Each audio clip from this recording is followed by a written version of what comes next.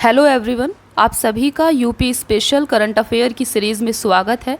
दोस्तों, आज हमारी यूपी स्पेशल करंट अफेयर की दूसरी क्लास है। एक क्लास आपकी ऑलरेडी आ चुकी है और यहाँ पर हम यूपी स्पेशल करंट अफेयर को कवर कर रहे हैं घटना चक्र की 2023 की जो लेटेस्ट मैगजीन आई हुई है, उत्तर प्रदेश तथ्य सार। तो यहाँ से हम अपने करंट अफेयर को पूरे एक साल का करंट अफेयर यहाँ पर आपका अच्छे से कवर हो जाएगा।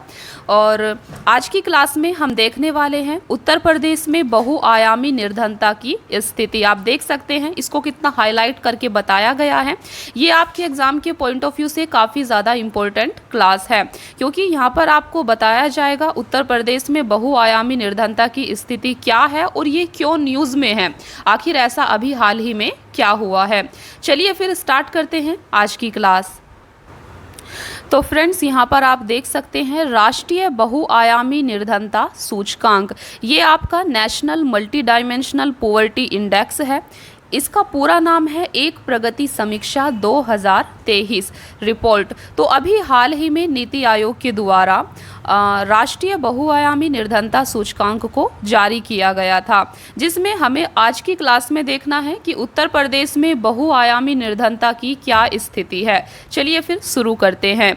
तो यहाँ पर आप देख सकते हैं, देखिए 17 जुलाई 2023 को नीति आयोग के उपाध्यक्ष सुमन बेरी, तो आपको याद रखना है नीति आयोग के उपाध्यक्ष कौन है, तो ये हैं आपके सुमन बेरी। तो नीति आयोग के उपाध्यक्ष सुमन बेरी द्वारा राष्ट्रीय बहुआयामी निर्धनता सूचकांक एक प्रगति समीक्षा national multi dimensional poverty index a progress review 2023 report जारी की गई है। तो हाल ही में इस रिपोर्ट को जारी किया गया है नीति आयोग के उपाध्यक्ष सुमन बेरी के द्वारा, जिस कारण से ये आपका चर्चा में है। देखिए, नवीनतम राष्ट्रीय परिवार स्वास्थ्य सर्वेक्षण पर आधारित राष्ट्रीय बहुआयामी निर्धनता सूचकांक का यह है द्वितीय संस्करण। तो कौन सा संस्करण है? ये द्वितीय संस्करण है। दोनों सर्वेक्षणों 2015-16 और 2019 से 21 के मध्य बहुआयामी निर्धनता को कम करने में भारत की प्रगति को दर्शाता है। तो इस रिपोर्ट में क्या बताया गया है? इस रिपोर्ट में आपको ये बताया गया है कि 2015-16 से 2019-21 तक इस टाइम पीरियड के बीच में भारत के अंदर बहुआयामी निर्धनता को कम करने में भारत ने क्या प्रगति हासिल की है, तो यहाँ पर आपको ये चीज़ बताई जाएगी। देखिए, इस रिपोर्ट के अनुसार भारत में बहुआयामी निर्धनता का अनुपात वर्ष 2015-16 के 24.85% से घटकर वर्ष 2019-21 में 14.96% रह गया है। तो दोस्तों, ऐसा क्वेश्चन आपसे एग्जाम में पूछा जा सकता है। आपसे ये आंकड़े थोड़ा सा फेरबदल कर पूछे जाएंगे। तो आपको ध्यान रखना है कि 2015-16 में बहुआयामी निर्धनों का कुल जनसंख्या में प्रतिशत कितना था? 24.48%।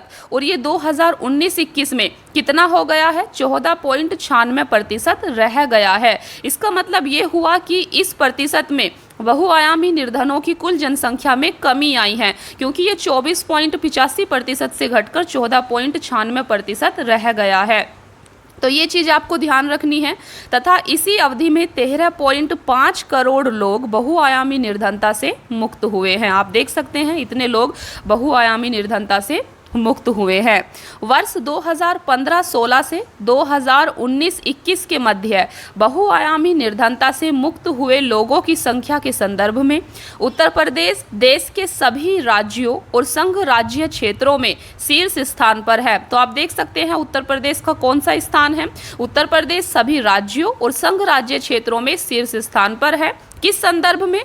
बहुआयामी निर्धनता से मुक्त हुए लोगों की संख्या के संदर्भ में, जहां इस अवधि में 3.43 करोड़ लोग बहुआयामी निर्धनता के दायरे से बाहर आए हैं। इस संदर्भ में बिहार एवं मध्य प्रदेश दूसरे एवं तीसरे स्थान पर है। तो आपने देखा कि उत्तर प्रदेश शीर्ष स्थान पर है, बिहार दूसरे स्थान पर है और मध्य प्रदेश तीसरे स्थान पर है।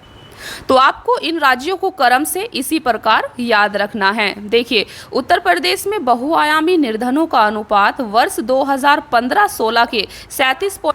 देखिए, उत्तर प्रदेश में बहुआयामी निर्धनता का अनुपात वर्ष 2015-16 के 37.68% से घटकर वर्ष 2019-21 में 22.93% रह गया है। इस प्रकार इस अवधि में उत्तर प्रदेश में बहुआयामी निर्धनता अनुपात में 14.75% की कमी हुई है तथा इस संदर्भ में यह बिहार और मध्य प्रदेश के पश्चात तीसरे स्थान पर है। तो आपको इसको याद रखना है। देखिए नेक्स्ट है आपका वर्ष 2019 से 21 में बहुआयामी निर्धनता अनुपात के संदर्भ में उत्तर प्रदेश 22.93% का, देश के राज्यों और संघ राज्य क्षेत्रों में क्रमशः बिहार, झारखंड एवं मेघालय के बाद चौथा स्थान है। इस संदर्भ में वर्ष 2015-16 में उत्तर प्रदेश तीसरे स्थान पर था। तो आप 2015-16 में देख सकते हैं ये कौन से स्थान पर था, तीसरे स्थान पर था, अभी चौथे स्थान पर है 2019-21 के according.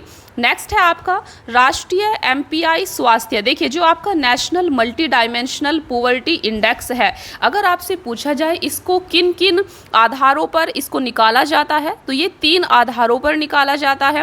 National multi dimensional index 3 आधार कौन कौन से हैं, इन्हें आपको याद रखना है। ये 3 आयाम हैं, एक है आपका स्वास्थ्य, दूसरा है आपका शिक्षा और तीसरा है जीवन स्तर।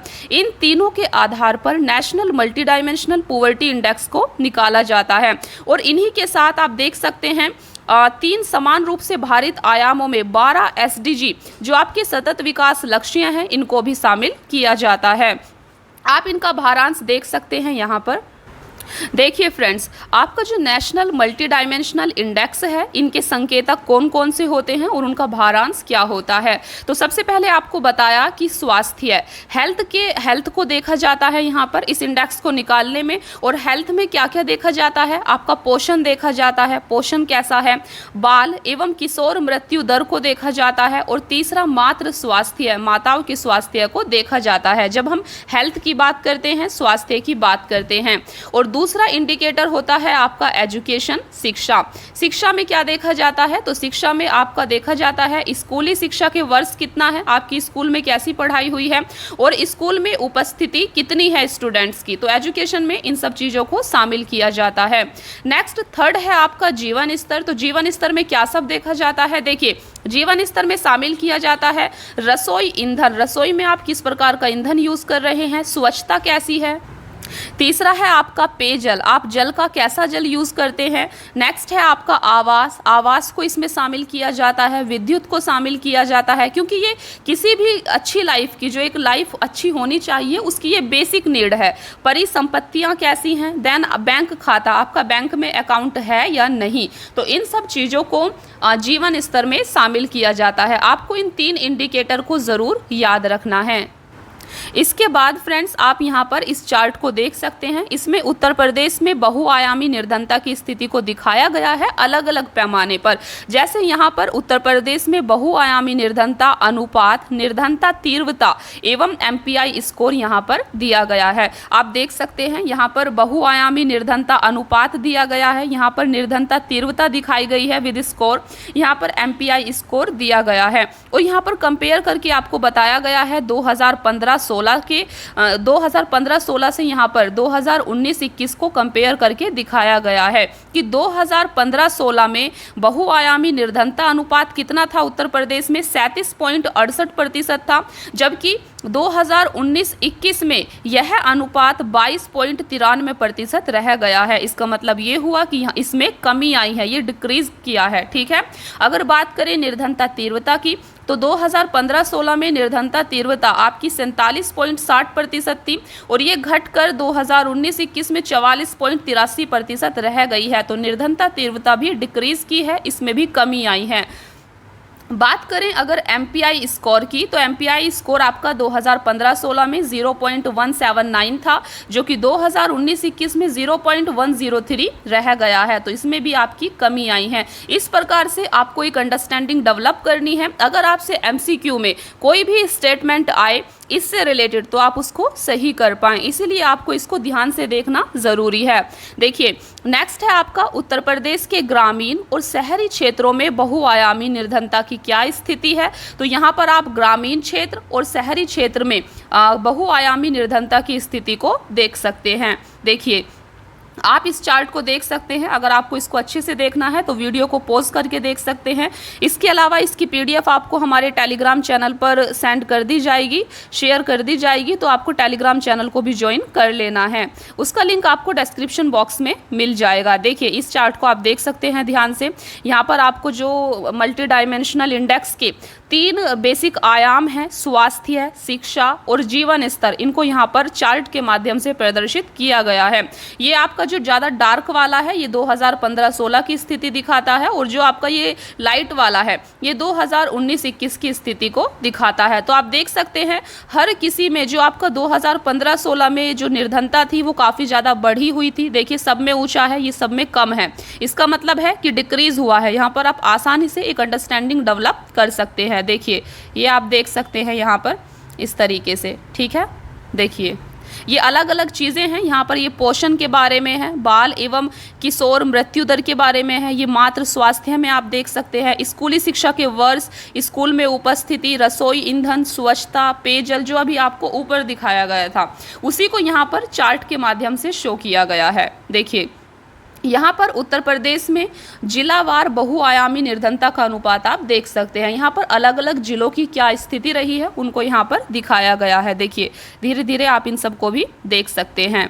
चलिए नेक्स्ट है आपका जो आपको यहाँ पर याद रखना है, वो आपको ये याद रखना है जो हाईलाइटेड पोर्शन है, यहाँ से आपसे क्वेश्चन पूछे जा सकते हैं। चार्ट जो है ये आपकी एक बेसिक अंडरस्टैंडिंग के लिए था, ठीक है। देखिए वर्ष 2019-21 में उत्तर प्रदेश में सर्वाधिक बहुआयामी निर्धनता अनुपात वाले 5 जिले कौन कौन से हैं? तो दोस्तों ये हैं आपके बहराइच, श्रावस्ती, बलरामपुर, बदायूं और सीतापुर। ये 5 जिले हैं जहां पर सर्वाधिक बहुआयामी निर्धनता रही है।